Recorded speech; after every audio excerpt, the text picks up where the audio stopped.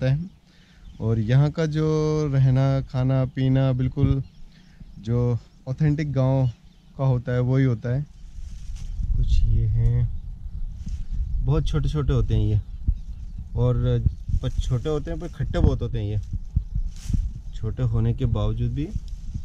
Good morning, सुप्रभात, जय श्री राम। तो अभी सुबह हो चुके हैं और हमारे सूर्य नारायण जी अपनी किरणें धरती लोक पर भेज चुके हैं। तो देख सकते हैं अभी कितना प्यारा माहौल यहाँ पर हो चुका है। और ये मैं जो वीडियो शूट कर रहा हूँ, मैं बिल्कुल अपने जो घर है, पुश्तैनी घर है, वहाँ पर ही खड़े होकर ये नज़ारे को रिकॉर्ड कर रहा हूँ। और आप देख सकते हैं कि कितना ही प्यारा यहाँ पर दृश्य दिखाई दे रहा है। और ये हर सुबह मुझे देखने को मिलता है जब भी मैं यहाँ पर रहता हूँ। तो इसी वजह से मैं यहाँ पर सुबह सुबह आता हूँ और काफ़ी देर यहाँ पर बैठा रहता हूँ जब तक कि हमारे सूर्य नारायण बिल्कुल सर पर नहीं आ जाते हैं।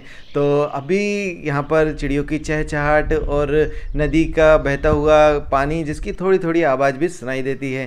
तो सुबह मैं यहाँ पर पलंग डालकर ही सो जाता हूँ ताकि मुझसे सुबह का जो नज़ारे हैं वो बिल्कुल भी मिस ना हो जाएं। तो हम लोग इसी तरह से बाहर पलंग डालकर सोते हैं। और नदी का किनारा होने की वजह से यहाँ पर रात को 12 से 1 बजे के बाद में काफ़ी ज़्यादा ठंड होने लग जाती है। तो उस समय फिर हमें रजाइयाँ ओढ़नी पड़ती है। कभी कभी यहाँ पर मच्छर भी काफ़ी ज़्यादा हो जाते हैं, तो उनका भी थोड़ा सा ख्याल रखना होता है और मच्छरदानी कभी कभी हमें लगानी पड़ती है।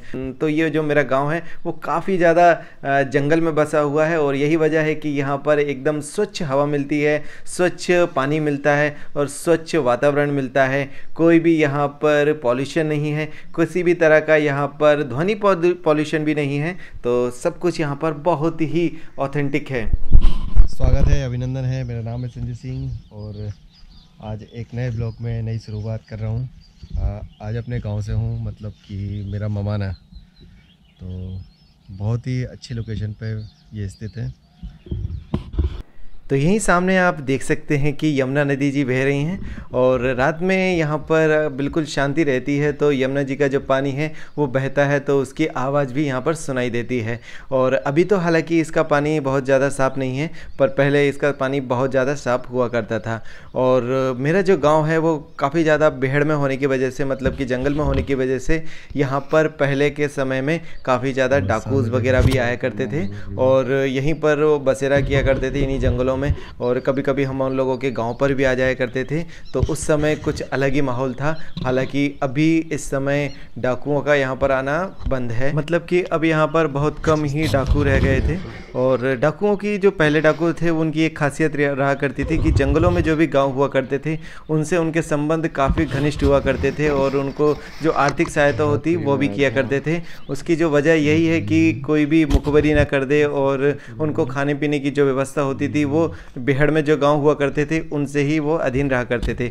और अभी हम लोग सुबह हो चुकी है तो स्नान करने के लिए जाते हैं नदी पर। और यहीं पर पीपल के नीचे काफ़ी पुराना मंदिर है। मैं बहुत छोटा था, मुझे याद है उस समय मैं यहाँ पर आया करता था तो यहाँ पर मंदिर पे जल चढ़ाया करता था।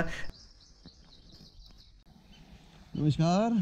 तो अभी मैं अपने ममाने में हूँ और ये एकदम बेहड़ बेहड़ बोले तो जंगल जंगल इलाके में आता है। और यहाँ का जो रहना खाना पीना बिल्कुल जो ऑथेंटिक गांव का होता है वही होता है। सब्जियों जो होती हैं अधिकतर खुद ही उगाते हैं, ज़्यादा मार्केट पे डिपेंड नहीं होते हैं। और जो पहाड़ी कुदरती चीज़ें होती हैं उनका सेवन करते हैं। अब मैं जैसे यहाँ पे दिखाना चाह रहा था कि टमाटर जो होते हैं वो जो यहाँ पर उनको वन टमाटर भी बोलते हैं और देसी टमाटर भी बोलते हैं। तो वो पहाड़ों में किस तरह के होते हैं मैं दिखा रहा हूँ। ये देखिए, इसमें अभी इसके टमाटर तोड़ लिए गए हैं। ये लाल लाल जो दिख रहे हैं, ये गुच्छों में अभी पके नहीं है ये टमाटर। ये हैं कुछ, ये हैं बहुत छोटे छोटे होते हैं ये, और पर छोटे होते हैं पर खट्टे बहुत होते हैं ये, छोटे होने के बावजूद भी खट्टे बहुत होते हैं ये। कुछ इस तरह के होते हैं। शायद बाज़ार में इसको बेरी टमाटर बोलते हैं, बेबी टमाटर बोलते हैं, ऐसा करके कुछ बोलते हैं। इस तरह के पेड़ कई सारे पहाड़ों में मिल जाते हैं। इसी पहाड़ के ऊपर मेरा घर है और ये मिट्टी के पहाड़ हैं, पत्थर के नहीं है, इसी वजह से ये धसक जाते हैं, मतलब कि गिर जाते हैं। तो ये अभी इनकी जाके सब्जी बनाएंगे, फिर इनको खाएंगे। ये जमुना जी हैं।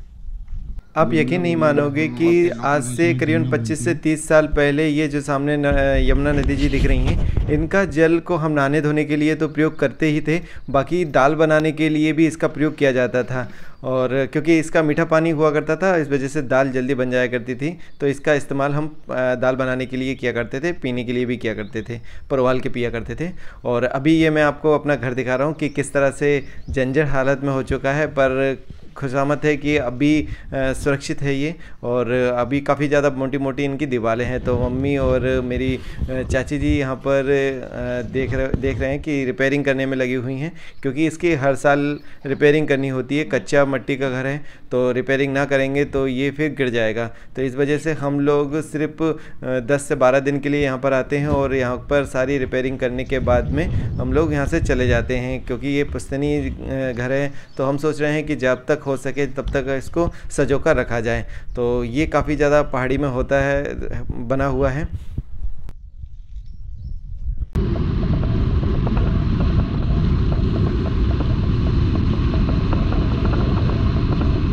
तो इस तरह से हम लोग अपने गांव में 2 से 3 दिन रुकने के बाद में हम लोग चले जाते हैं अपने शहर ग्वालियर के लिए, क्योंकि अब भी मानसून चालू होने वाला है।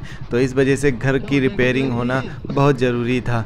तो आप लोगों से बोलना चाहूँगा, यदि वीडियो अच्छा लगा है तो इसे लाइक ज़रूर कीजिएगा। चैनल सब्सक्राइब नहीं किया तो सब्सक्राइब ज़रूर कर लीजिएगा। Thank you so much for watching.